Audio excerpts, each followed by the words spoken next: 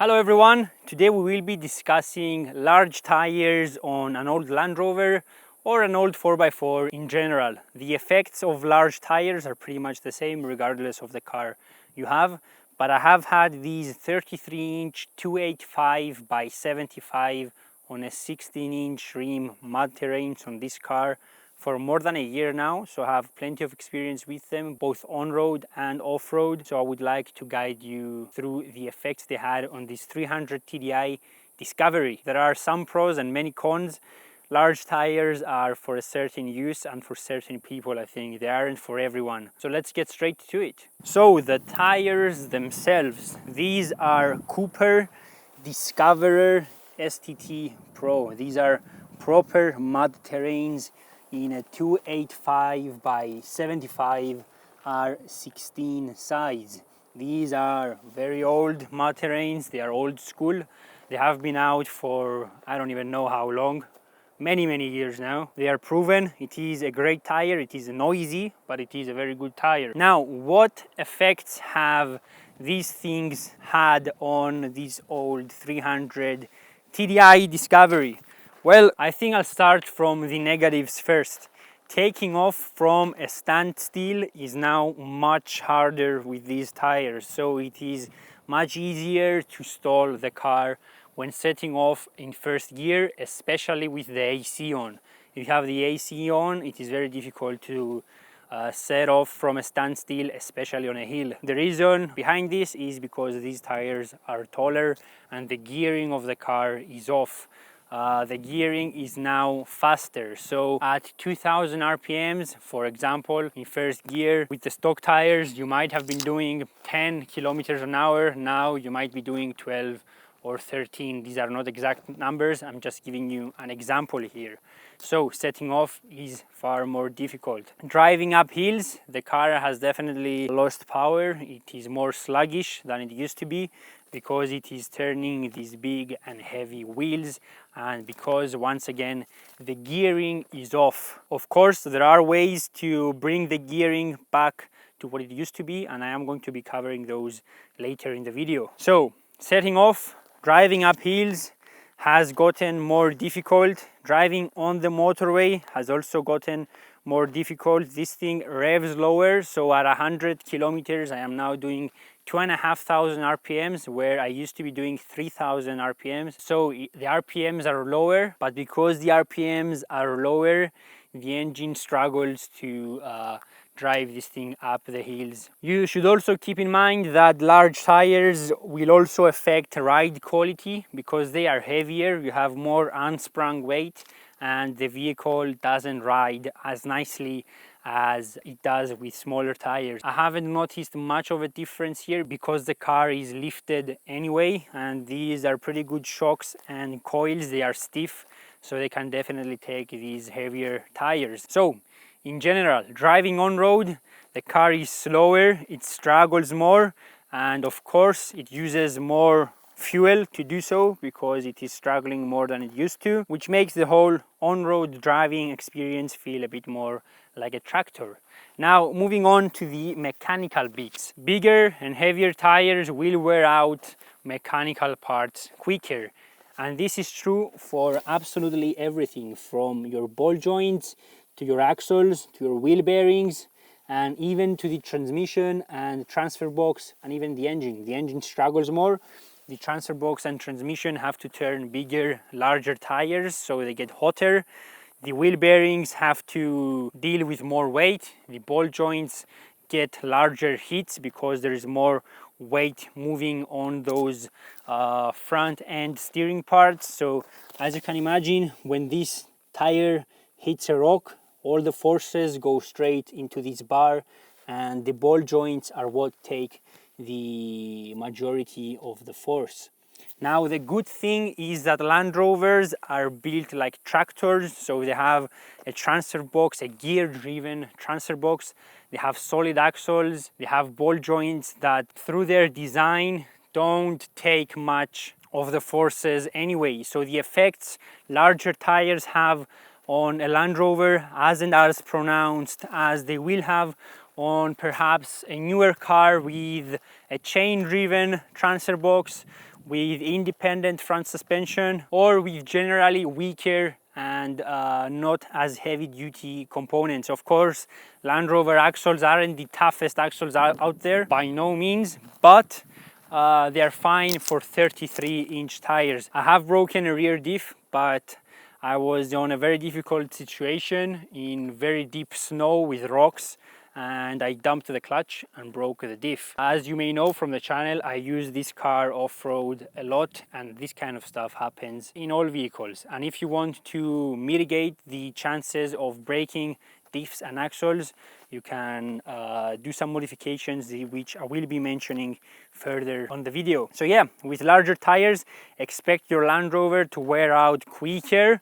However, because Land Rovers are old school things, they are tough things, they are built for work. The chassis under this car is built to tow stuff, it is built to go off-road, so the larger tires won't have as drastic of an effect on the wearing out part of the vehicle as they would have on other cars. So far, on-road driving manners are worse. The car will wear out quicker. Your speedometer will be wrong because of the taller rolling diameter of the larger tires, and even braking distance will be increased because you have to stop more weight. The last negative about large tires on a Discovery or a Range Rover Classic, this isn't true for the Defender as long as you keep it sensible. If you go up to 37s, you will have similar problems with the Defender as well, but for 33s with the Disco and the Range Rover,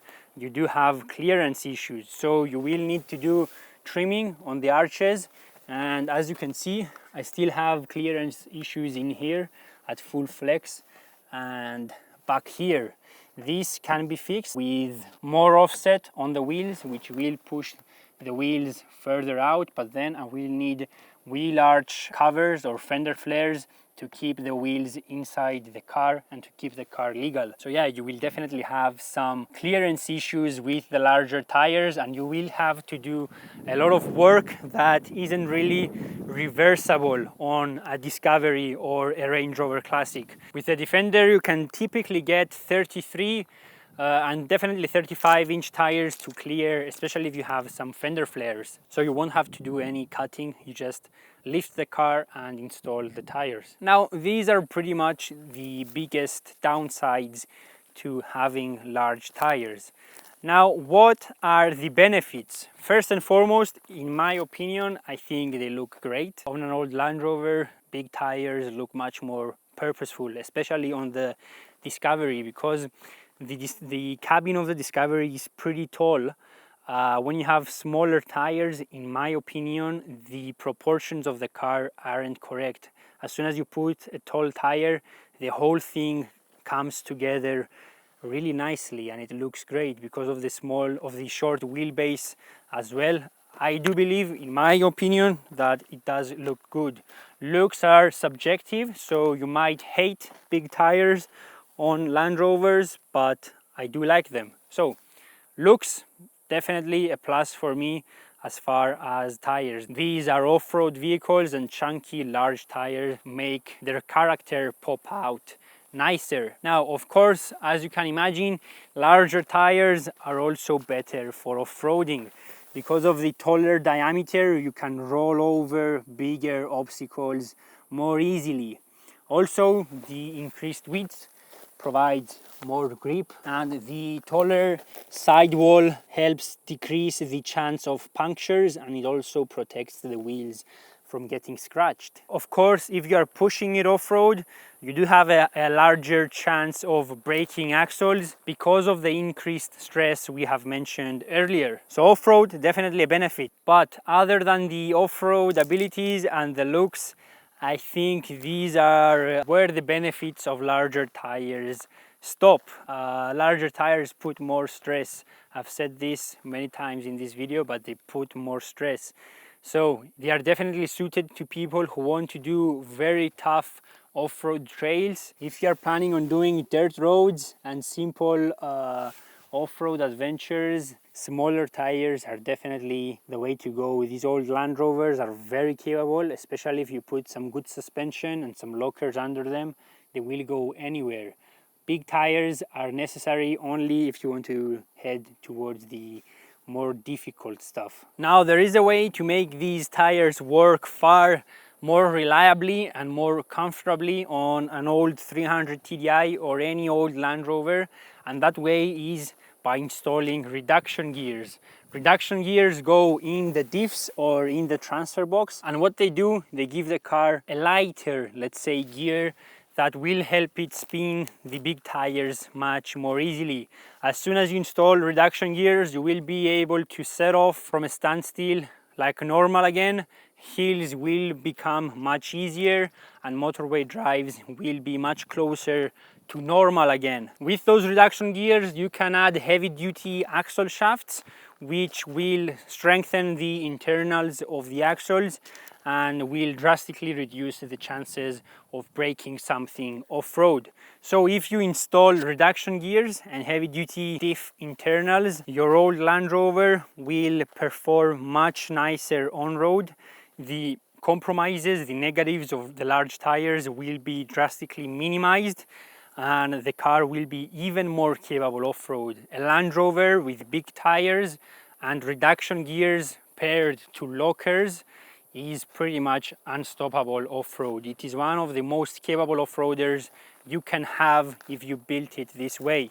But again, this isn't necessary. It is only necessary if you hit the hard tracks, or if you want to know and have the security in your head that if you do manage to come across a very difficult challenge, that your Land Rover will be easily capable of driving that challenge. But is the trouble and the cost and the time involved doing this worth it? Should you put larger tires and should you spend the money into making larger tires work?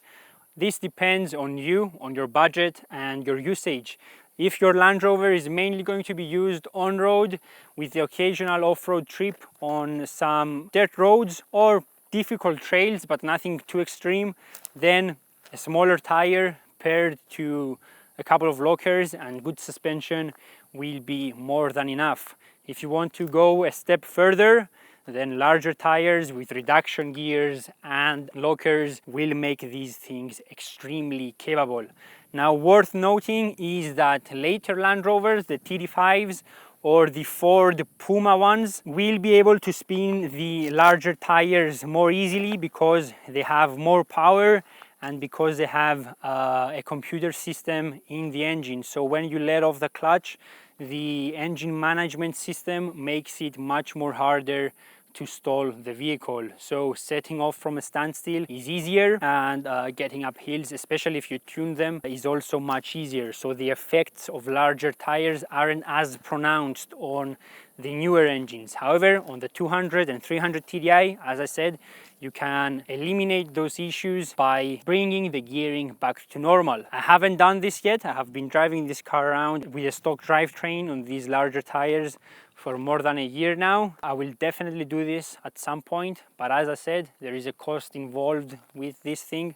So this is why it has to wait for a bit longer. So yeah, this is pretty much everything I wanted to mention regarding large tires on an old Land Rover. The negatives are more than the positives, but with the right modifications, you can definitely make the car work well on-road and extremely well off-road. There are very few cars that can compete with a twin-locked Land Rover on big tires and reduction gears. If you have any questions regarding installing large tires on your old Land Rover or your old 4x4 in general, leave them in the comments down below. I have plenty of experience with them, so I'm pretty confident that I will be able to answer your questions. If you have found this video helpful, please consider subscribing. Thank you for watching, and I'll see you on the next one.